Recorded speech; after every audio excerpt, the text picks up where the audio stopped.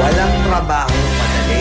Wala kang karapatang maliitin yung trabaho ng iba. Yung iba sasabihin, gwardiya lang naman yan, rider lang naman yan, construction worker lang naman yan, gasoline boy lang naman yan, fast food crew worker lang naman yan. Pucha, nagkaroon lang tayo ng maganda-gandang klase ng trabaho. Akala na natin kung sino na tayong entitled sa mundong to. Minamaliit natin yung mga taong mas mabababa yung sahod sa atin.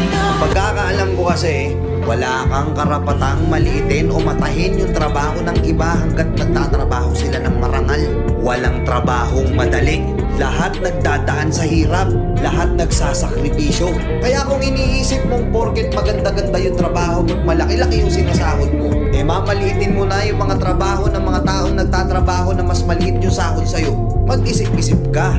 Baka bawiin sa'yo yan. Baka biglang bumaliktad yung mundo at sila naman yung kabangan. Kahit anong trabaho mo, magpakumbaba